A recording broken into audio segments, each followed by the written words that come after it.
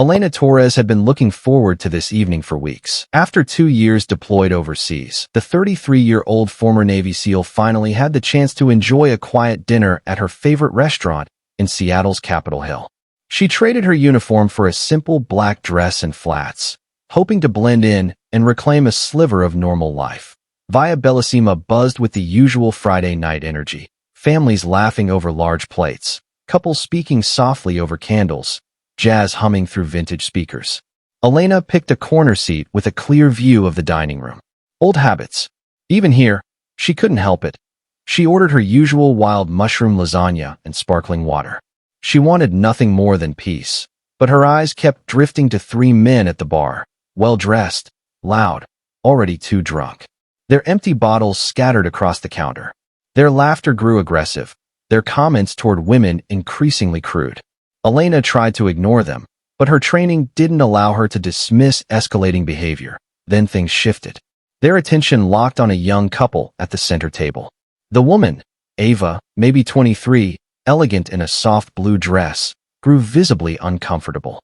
Her boyfriend, Matt, whispered reassurance, but their unease was obvious. One of the men, Nate Coleman, stood up and approached them like he owned the room. He leaned in toward Ava, ignoring her discomfort, ignoring Matt's calm request for space. A second man, Eric, swaggered over with a beer in hand. The third, Derek, stayed back and watched with a predatory stare. It escalated fast. Nate suddenly grabbed Ava's wrist and yanked her halfway from her chair. When Matt tried to intervene, Eric shoved him hard. Matt fell, the back of his head, striking the corner of the table with a sickening crack. Elena heard it. Saw the blood. Saw Ava's eyes, wide, terrified. Eyes that pulled her straight back to a memory she tried desperately to bury. A roadside in Kandahar. A family trapped in a smoking truck. A young girl staring at her through a haze of heat and dust. Eyes pleading for help. Elena was ordered not to give point. 30 seconds later, the truck exploded. No. Not again. Elena rose from her chair. She walked toward the men, not rushing, not shouting. Just controlled, deliberate steps. Nate still gripped Ava. Matt lay dazed on the floor. The entire restaurant held its breath. Let her go, Elena said, her voice low and steady. Return to your seat. The men turned. They saw a small woman, barely 5'3", dressed plainly, seemingly harmless. Eric smirked and placed a hand on her shoulder. That was his mistake, in a blur. Elena seized his wrist, twisted sharply, and used his own momentum to drive him to the floor. He hit the tile with a heavy thud. Nate released Ava and swung wildly. His punch grazed Elena's shoulder, sending a flash of pain down her arm. She stepped into him, hooked an arm behind his neck, and drove her elbow into the pressure point below his jaw. Nate collapsed into the edge of a table, sending dishes shattering across the floor. Derek panicked and bolted for the exit. Elena intercepted him, redirected his charge with a perfectly executed throw, and sent him sprawling. 14.7 seconds.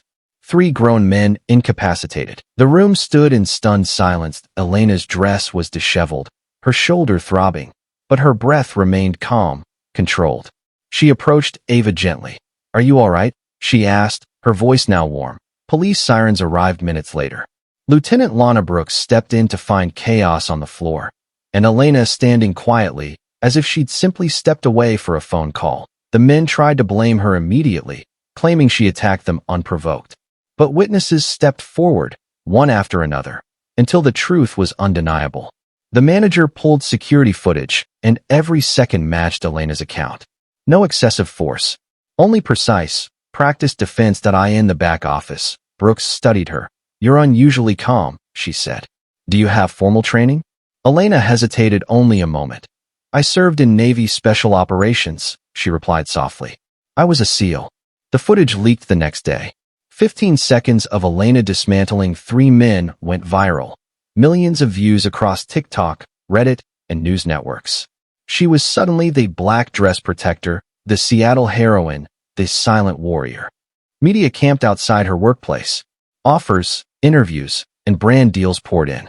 She declined them all, but the city changed. Self-defense programs surged. Schools and nonprofits launched bystander intervention training. Via Bellissima upgraded security and partnered with local police. A scholarship was founded in Elena's name for young women pursuing military or public safety careers. Elena, however, kept living quietly, teaching classes at the Veteran Wellness Center. Avoiding the cameras. One afternoon, Ava and Matt came to see her. Ava still carried a quiet tremor beneath her steady voice. "You saved my life," she said.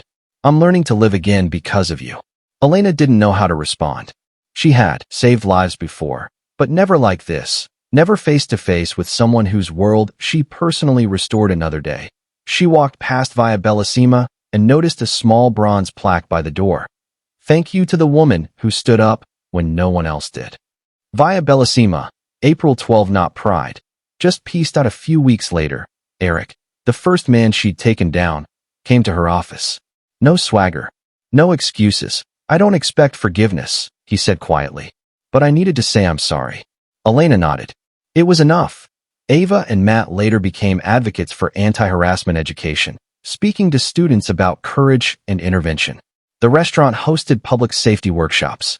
Elena was invited to teach at Camp Athena, a tactical camp for women rebuilding strength after trauma or preparing for service. "You don't need to be the strongest," she told them. "You just need to stand your ground when it matters."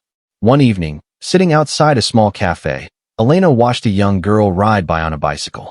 The girl smiled at her, pure, fearless, and rode away. A soft smile touched Elena's lips. The voiceover would later capture it best. "You don't get to choose when the moment comes. You only choose whether you step forward or stay still." Subscribe and like for more interesting videos.